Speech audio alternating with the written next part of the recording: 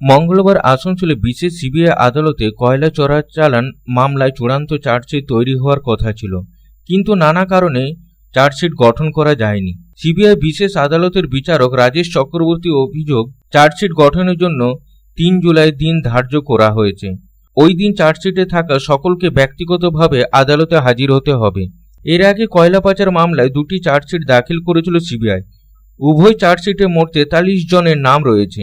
মঙ্গলবার সিবিআই তদন্তকারী অফিসার উমেশ কুমার সিং নির্ধারিত সময়ে আদালত চত্বরে পৌঁছান।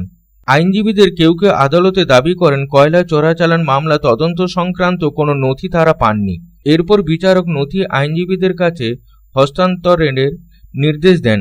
কয়লা চোরাচালান মামলা 2 অভিযুক্ত জয়দেব মণ্ডল এবং নারায়ণ নন্দ মঙ্গলবার শারীরিক কারণে সিবিআই আদালতে অনুপস্থিত ছিলেন। আইনজীবী সোমনাথ চট্টরাজ জানান তার মক্কেল অসুস্থ, তবে বিশেষ ক্ষেত্রে তাকে গাড়িতে করে আদালতে আনা সম্ভব।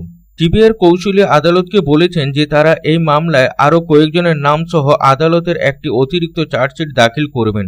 কিন্তু এতদিন পরে কেন এই চার্জশিট দাখিল করা দরকার ছিল এবং এতদিন সিবিআই কি করছে তা নিয়ে প্রশ্ন তুলে তদন্তকারী সংস্থা সিবিআইকে তিরস্কার করে বিশেষ আদালতের বিচারক। কয়লা পাচার মামলার অন্যতম প্রধান অভিযুক্ত অনুপ মাঝি ওরফে লালা গত মঙ্গলবার আসানসোলে বিশেষ সিবিআই আদালতে আত্মসমর্পণ করেছিলেন, যেখানে সিবিআই আদালত তাকে শর্ত সাপেক্ষ জামিন দেন। জামিনের শর্ত হিসাবে সিবিআই আদালত লালাকে তদন্তে সহযোগিতা করার নির্দেশ দিয়েছিল। মঙ্গলবার লালা আইনজীবী সহ আদালতে উপস্থিত ছিলেন, যদিও এই মামলায় অন্য অভিযুক্ত বিনয় মিশ্র এখনও পলাতক। তবে মঙ্গলবার আদালতে উপস্থিত ছিলেন তার ভাই বিকাশ মিশ্র। লালা, বিনয় মিশ্র সহ মোট 43 জন এই মামলায় অভিযুক্তের তালিকায় রয়েছে। লালা, বিনয় মিশ্র সহ মোট 43 জন ছাড়াও এই মামলায় একাধিক কোম্পানির নাম রয়েছে। এর মধ্যে কয়েকটি কোম্পানি রয়েছে যাকে হাইকোর্ট দেউলিয়া ঘোষণা করেছে। উল্লেখ্য যে 2020 সালে সিবিআই কয়লা পাচার মামলায় তদন্ত শুরু করেছিলেন। রাজ্যের বিভিন্ন রেলওয়ে সাইডিং থেকে কয়লা চুরি ঘটনা সামনে এলে প্রথমে আয়কর দপ্তর এবং পরে সিবিআই কয়লা কেলেঙ্কারি তদন্ত শুরু করে। লালার বাড়ি ও অফিসে তল্লাশি চালানো হয় এবং তার অনেক সম্পত্তিও বাজেয়াপ্ত করা হয়।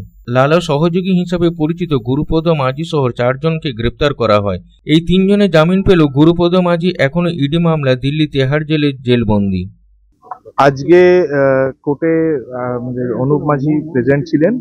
ওনার যে একটা 82-83 যে অ্যাপ্লিকেশন দেওয়া ছিল সেটা আমরা দিয়েছি, সেটা জজ সাহেব হিয়ারিং এর জন্য রেখেছেন এবং আমরা সিবিআই আমাদেরকে যে কপি সার্ভিস করেছেন সেটা অনেক ভলিউমিনাস হওয়ায় আমরা টাইম চেয়েছি সেটাকে রিডিউস করার জন্য। আজকে চার্জ গঠন হওয়ার কথা ছিল, আজকে 4 ধরনের কারণ আমরা এত ভলিউমিনাস কপি দেওয়া হয়েছে যে আমরা এখনো দেখে ওঠার সময় পাইনি। 7 দিনের সময় পেয়েছি আমরা, সেই কারণে দেখে ওঠার সময় পাইনি। তো আমরা কোর্টের কাছে টাইম ট্রাই করেছি, কোর্টে আমাদের টাইমটা অ্যালাউ করেছে। তাদের মধ্যে কিছু লোক উপস্থিত ছিলেন, কিছু সবাই সবার রেসপেক্টিভ অ্যাডভোকেট কারণ দেখিয়েছে। পরবর্তী ডেট কখন করেছে? 3রা জুলাই। অভিষেক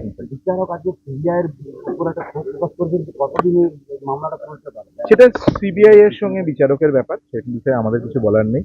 সেটা ইনভেস্টিগেটিং এজেন্সি জজ সাহেবের সঙ্গে। আমাদের পক্ষ থেকে আইনজীবী যারা আছেন তাদের পক্ষ থেকে একটা বলা হয়েছে যে মামলা আগে তদন্তটা শেষ করা হোক, তারপরে যা করার করা। হ্যাঁ, আমরা সেটা নিশ্চয়ই প্রে করেছি, কারণ আমরা তো অনেকদিন ধরেই সিবিআই যে ইনভেস্টিগেশন চালাচ্ছে, প্রায় 3.5 বছর ধরে চালাচ্ছেন, ওনারা এখনো ইনভেস্টিগেশন শেষ করে উঠতে পারেননি।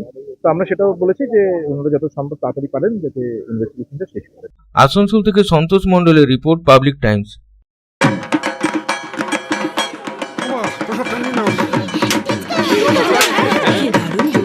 কার চয়েস দেখো, কখন মহিষাসুর।